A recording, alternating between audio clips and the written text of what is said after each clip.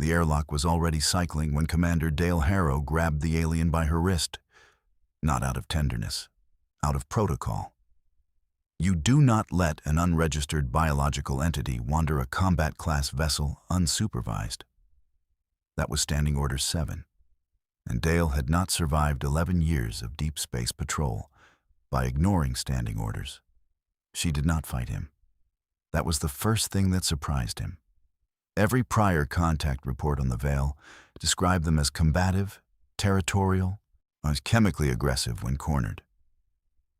This one went still the moment his fingers closed around her wrist. Still in the way that a held breath is still, the way something is still when it has decided to stop running and start calculating. Her name, she had told the translator drone, was Cirrus. Her ship was debris now, a 3-kilometer scatter of alloy and coolant venting silently behind the Meridian stern. Her crew, all 41 of them, had not made it to the escape pods. She had. She was, or as far as Dale could determine, the only living Vielle within 6 light years.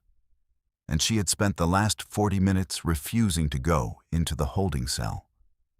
"I understand your hesitation," Lieutenant Priya Okafor said from the corridor, tablet in hand, mediating with the patience of someone who had been mediating alien crew conflicts for 3 tours.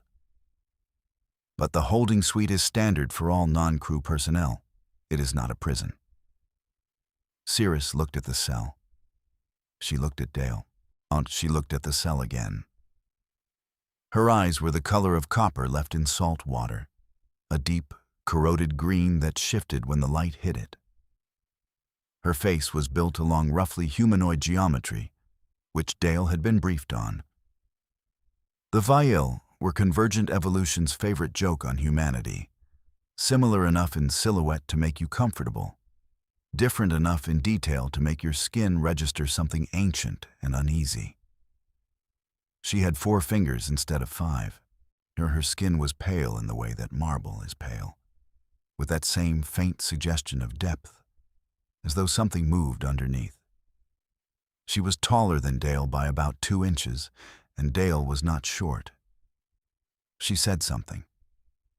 The translator drone parsed it 6 seconds later.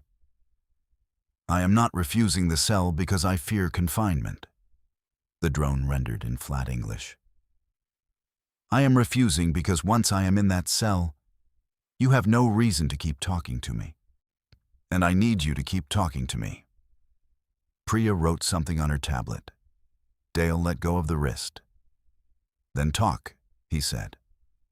What Siri said next took the translator drone 4 full minutes to render, because the Val language apparently did not have a clean grammatical structure for what she was trying to express. It kept cycling through approximations. The drone's status light flickered amber the whole time, which Dale had never seen it do before. The final translation came out like this: "I have information that will end the war. Not slow it, not redirect it, end it. The Vielle High Command does not know I survived. They do not know this ship exists at this coordinate. I have approximately 19 hours before the communication blackout window closes and they start looking for the wreckage. If you let me stay on this vessel and work with your crew during those 19 hours, I will give you everything. Every fleet position, every supply route, every command cipher, and the entire architecture of the Vielle offensive. In 19 hours, every human ship in contested space will have a strategic advantage that your military has been trying to build for 6 years." The corridor was quiet enough to hear the ventilation hum. Priya stopped writing. Dale crossed his arms. "And if we just put you in the cell and transmit what you told us to Fleet Command, let them decide?" Cirrus turned her copper-green eyes directly on him. "Then I tell you nothing else. When they will ask questions your Fleet Command cannot answer, and the window will close, and the coordinates I know will have changed, and the 6 years you have already spent trying to break our encryption will become 7.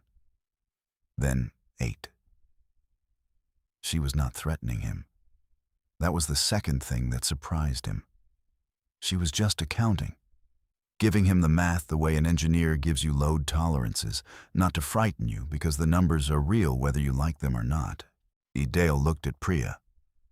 Priya looked at Dale with the expression she wore when she was thinking hard and had already arrived somewhere she did not entirely like. "What do you get out of this?" Dale said. The translator drone flickered amber again, longer this time.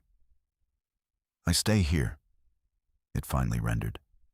"On this ship, with your crew. I do not go back." Dale did not move. Why?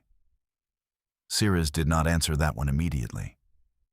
She looked at the cell, then at the corridor stretching behind Dale, and then at the faint stars visible through the porthole at the corridor's end. "Because I know what your species is," she said. "I have read every contact report, every intercept, every behavioral analysis the Vial High Command has compiled since first contact. I have spent 4 years studying humans. I am the only Vial who has done this voluntarily. The others study you to find weaknesses." She paused. The drone waited. "I studied you to understand why you are still here. Every projection said you would be gone by now. Every strategic model, every population model, every attrition curve. Humans should have broken 18 months into this war. And instead, you are the only species in 400 years that has made the Vial High Command change a plan mid-execution." Dale said nothing. "I want to know how you do it," Sirius said. "I want to understand it from the inside, not from intercepts, not from the outside of a battle. I'm from here." She gestured at the corridor, the ship, the crew moving at the far end of it. "I cannot learn that in a cell." Priya exhaled slowly through her nose. Dale looked at the porthole, at the debris field still visible against the dark. Her entire crew drifting out there in the cold. And he thought about standing orders, and he thought about 19 hours, and he thought about the 6 years they had been losing. "You get one escort at all times," he said. "You do not access any system without supervision. You will answer every question my crew asks you honestly, or the deal is done. And if anything you've told us checks out wrong, you go in the cell and stay there until Fleet Command decides what to do with you." Sirius met his eyes. "Agreed?" the drone said. Dale turned to Priya. "Get Lieutenant Cross and have him verify the first set of coordinates she gives us. If they're clean, we proceed." Priya was already moving. Dale looked back at Sirius. "You have 19 hours, he said. "Don't make me regret the math." Sirius did something with her face that the behavioral briefings had not covered. Something that was not quite a human expression, but landed in the same neighborhood. The drone did not translate it. It did not need to. The Meridian's engines hummed as Dale walked her toward the operations deck, stars burning cold through every porthole they passed. And somewhere behind them, the debris of her old life turned slowly in the dark. Lieutenant Cross verified the first coordinates in under 6 minutes. He did it twice because he didn't believe the first result. "Those are real," he said, pulling up the star chart on the operations deck display so every officer in the room could see it. "Those are actual Vial fleet positions. This one here." He pointed to a cluster of amber markers, 3 systems out from the Kessler boundary. "This matches the ghost signals we've been logging for 2 months and could not source." Nobody said anything for a moment. Commander Dale Harrow stood at the back of the room with his arms crossed. Ceres stood to his left, her escort Petty Officer Kyle Marsh hovering at her right shoulder like an uncertain shadow. Priya sat at the comm station with her stylus paused above her tablet, waiting. "Verify the second set," Dale said. Cross pulled up the second batch. Nori, his jaw did the thing it did when the numbers stopped cooperating with his assumptions. These are supply route timing windows. If these are accurate, we could intercept 3 resupply convoys within the next 72 hours using only the ships currently on patrol in Sector 9. He looked up, without losing a single hull. Are they accurate? Dale said. Everyone looked at Cirrus. Cirrus stood very straight. She had been standing very straight since they walked her onto the operations deck. Not stiffly, not like someone performing posture, but like someone who had decided to be completely visible, to make herself readable, to offer no ambiguity of body language to a room full of people who had every reason to distrust her. The timing windows have a margin of variance, the drone rendered. Vile convoy schedules adjust to local gravitational events. But the base routes are fixed. They have been fixed for 11 months. Your intercept probability with those routes runs above 80%. Cross was already running the calculation. Petty Officer Marsh shifted his weight. He was 24 from somewhere in the Midwest, and he had the particular expression of someone who had been handed a situation that his training had not specifically covered and was now relying entirely on his read of the room. Dale noticed. "Ease up, Marsh," Dale said, not unkindly, or she's not going anywhere. Cirrus turned her copper-green eyes toward Marsh. "I understand your discomfort," the drone said. "You are guarding a Vial on a human warship 19 hours after a battle in which your side took casualties.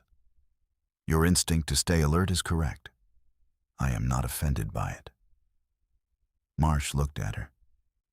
"You know what offended means?"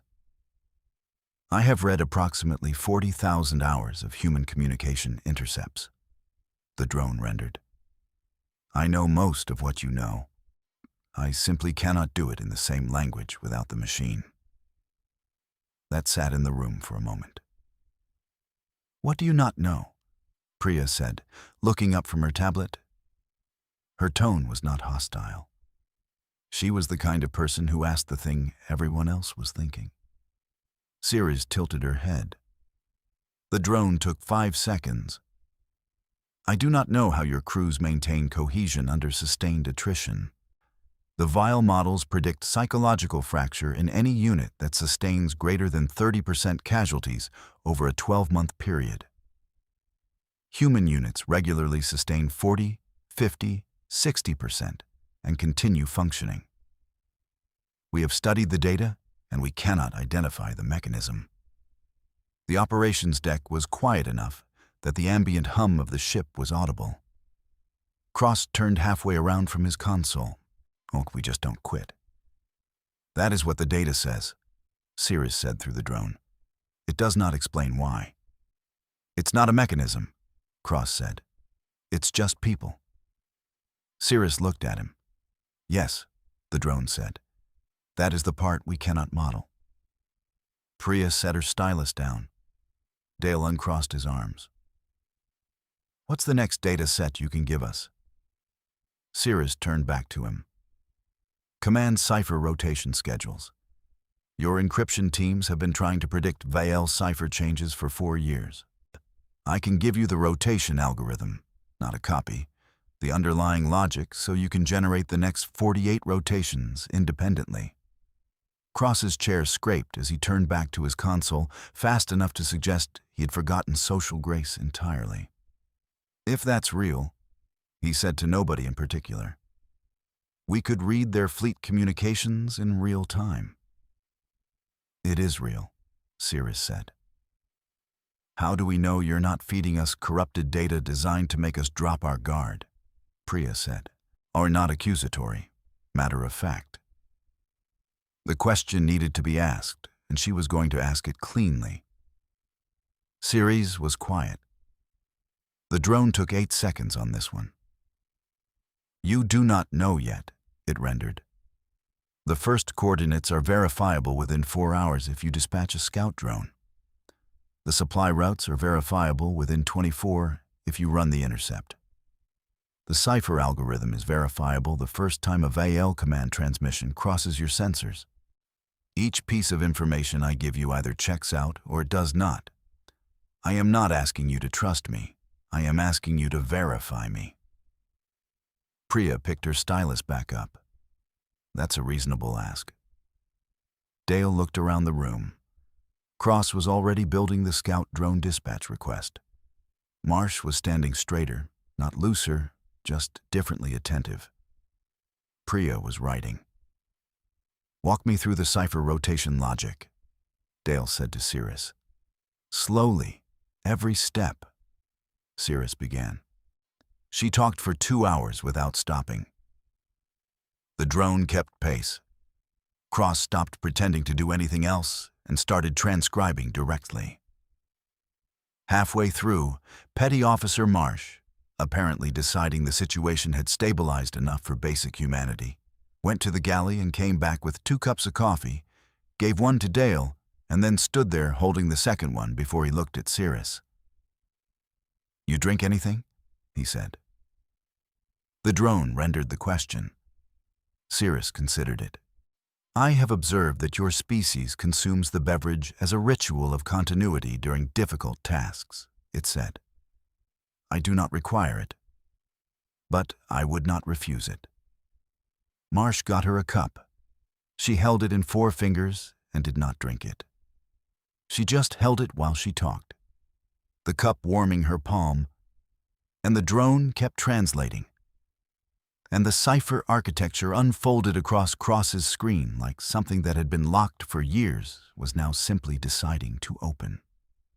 Outside the porthole, and the debris field had drifted past. Clean dark now. Stars. Dale watched Ceres working and thought about what she had said about cohesion, about mechanisms, about the thing humans do that cannot be modeled. He did not say anything about it. Not yet. There were 17 hours left. The scout drone came back in 4 hours and 3 minutes, right on schedule, and the data it carried confirmed every coordinate Ceres had given them. Cross posted the results on the main display without comment, and the room read them in silence. She's clean, Marsh said, as though it needed saying.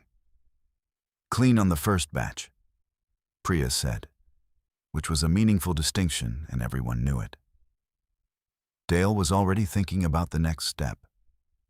The supply route intercept would take coordination with 3 other vessels in Sector 9. That meant a communication to Fleet Command, which meant flag officers, which meant someone up the chain asking uncomfortable questions about how the Meridian had come to possess a living vile asset with verifiable intelligence. That question had an answer. Dale was not sure the answer would land comfortably. He went to find Cirrus. She was in the secondary navigation room, which was where they had set her up with a workstation after the cipher session. But because the operations deck got loud during shift changes, and the drone had been struggling with background noise. Marsh was outside the door. Dale knocked, which he recognized was an odd thing to do on his own ship, but which felt, under the circumstances, like the right call. Come in, the drone rendered from inside, which was also an odd thing and also felt right. Ceres was at the workstation. She had 4 screens running simultaneously and was doing something with star charts that Dale did not immediately recognize as any standard navigation format. What is that? He said. Your star charts use a solar-centric reference grid, she said through the drone. Vielle navigation uses a gravitational mass weighting system. I am building a translation layer. If your navigators can read Vielle charts natively, you will save approximately 40 minutes per course calculation in contested space. Dale looked at the screens. Nobody asked you to do that. No, the drone said. But I had 3 hours, and the cipher work was complete. Dale pulled a chair up and sat across from her. I need to send a report to Fleet Command. They are going to ask about you. They are going to ask what you are and why you are here and what my authorization basis is for keeping you on this vessel. Cirrus met his eyes. What will you tell them? The truth. That you came to us with verified intelligence, that you made a deal, and that I honored it because the alternative was losing the 19-hour window and everything in it. Will they accept that? I don't know. They might pull you off this ship and put you in a facility. Cirrus was quiet. The drone waited. Will you let them? She said. It was a different question than it sounded like. Dale heard it correctly on the first pass. I will argue against it, he said. I will make the case that you stay aboard and continue working. The intelligence output from the last 4 hours alone is worth more than anything Fleet Command has generated in 6 months. That is a fact, and facts have weight at the flag level. But you cannot guarantee it. No. Cirrus looked at the star charts. At the translation layer she had built, unprompted, in 3 hours, with equipment she had never used before, as in a language she had taught herself from intercepts. Then I will give you something else to add to your report, she said. Something that makes the argument harder to refuse. She turned to the workstation and pulled up a new file. The Vile High Command has a secondary objective in this war that is not in any intelligence assessment your military has produced. The fleet movements, the supply routes, the cipher systems, those are tactical. But the strategic objective beneath them is different. And if you only win tactically, you will have bought yourself 3 years before the next war. Dale leaned forward. What is the secondary objective? They are not trying to defeat humanity, Cirrus said. They are trying to answer a question. The drone paused, and Dale could tell it was not a translation delay. It was Cirrus choosing her words with precision. 400 years ago, the Vile encountered another species that was expanding the way humans are expanding now. Not in numbers, in reach. In the speed with which they built presence in contested space. The Vile engaged them. The engagement lasted 11 years. At year 7, the other species simply stopped. Not defeated, not destroyed. They withdrew, contracted, went quiet. They are still quiet. The Vile have studied that withdrawal for 4 centuries, and they do not understand it. Dale kept very still. Now you are doing the same thing those other species did. Expanding, reaching, refusing to stop. And the Vile High Command is not fighting you to push you back. They are fighting you to see if you break the same way, if you go quiet. Because if you do, they will know the pattern is real, that there is a ceiling on what any species can sustain. And if we don't, Cirrus looked at him directly, then everything they believe about the limits of intelligent life is wrong. Again, they do not have a model for what comes after that. The ventilation hummed. Outside, the stars held their positions. Put that in your report, Cirrus said.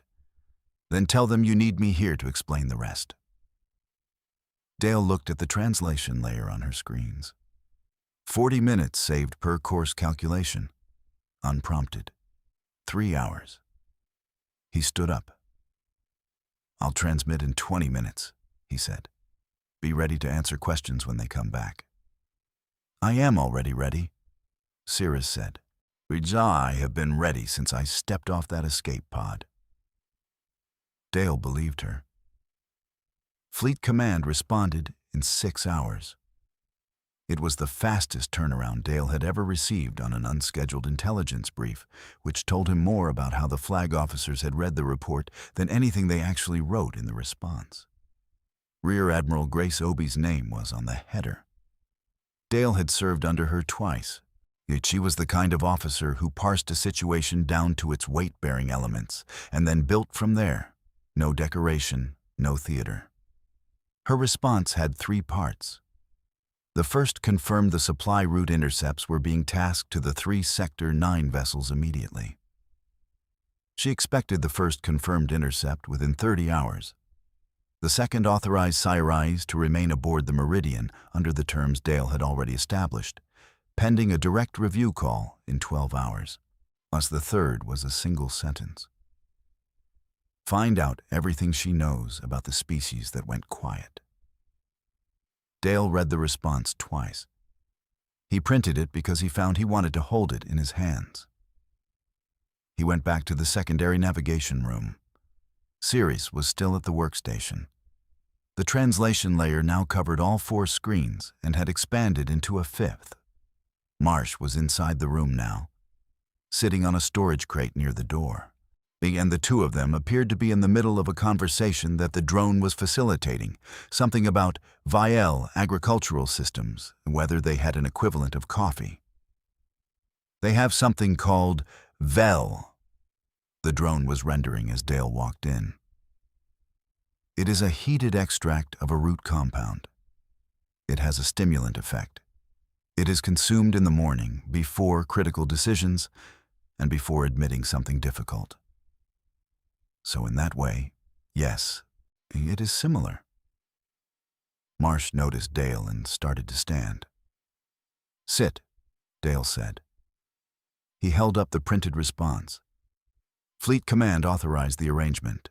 Admiral Obi wants a review call in 12 hours. Sirius looked at the paper.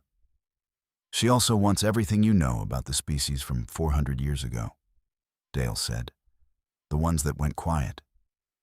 Sirius was still for a moment, the particular stillness of a held breath. I expected that, she said through the drone. You are not surprised.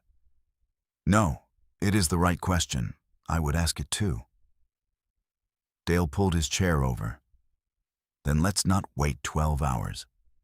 Tell me now and we'll be ready when she calls. Sirius turned away from the workstation to face him fully. It was a deliberate reorientation.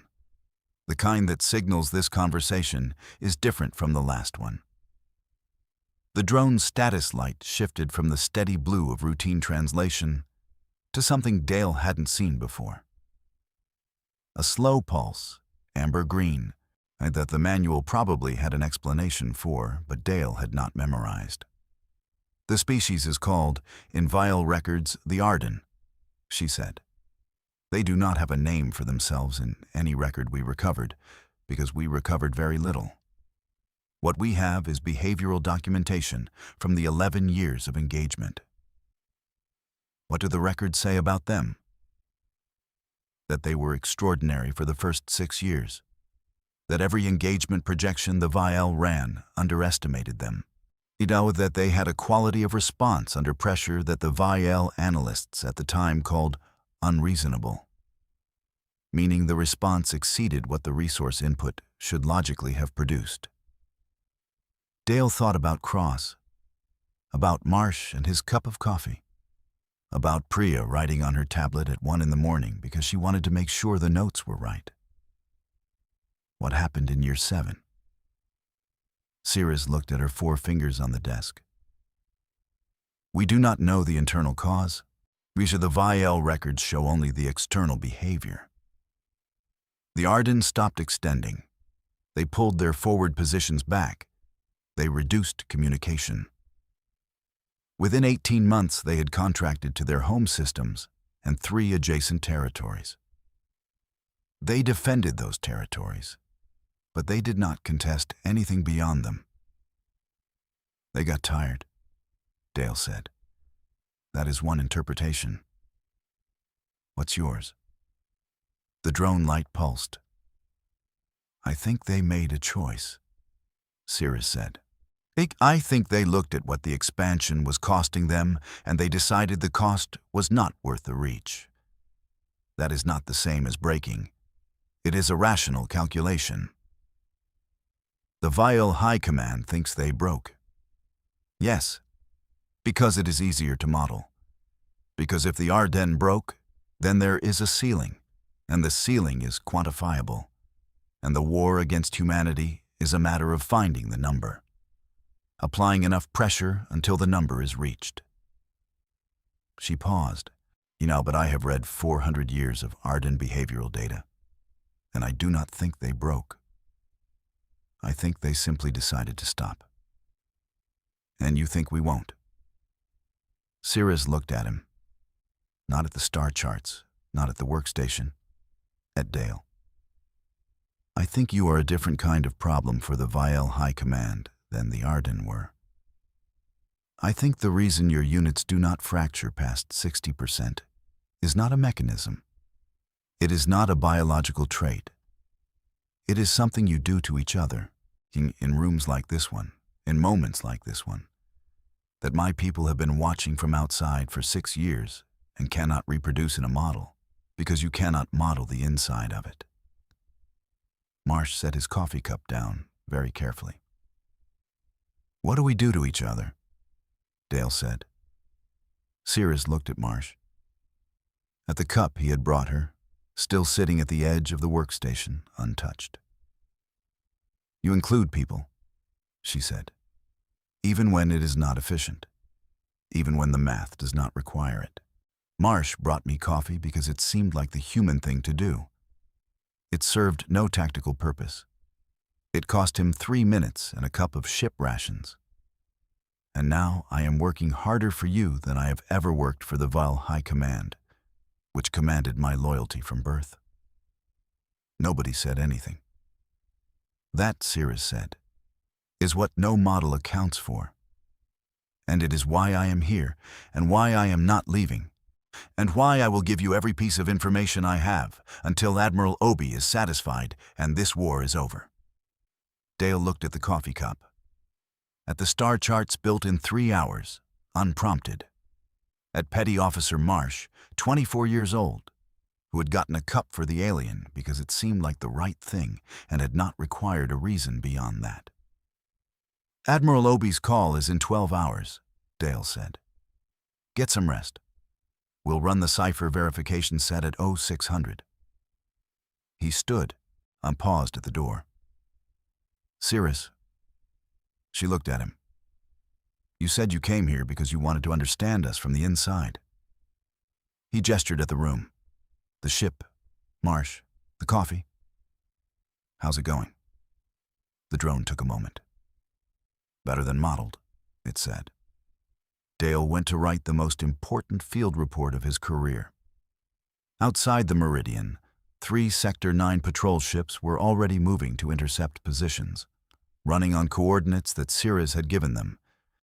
Coordinates that would check out, because every piece of data she had offered had checked out, and the Vial High Command did not yet know why.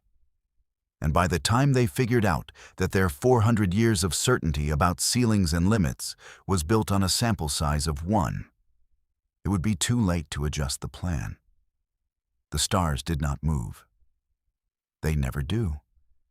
Everything else does.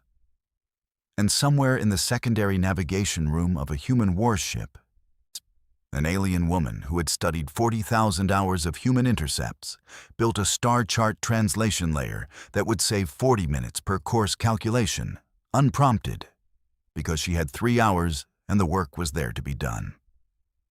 And Marsh drank his coffee. And the Meridian flew on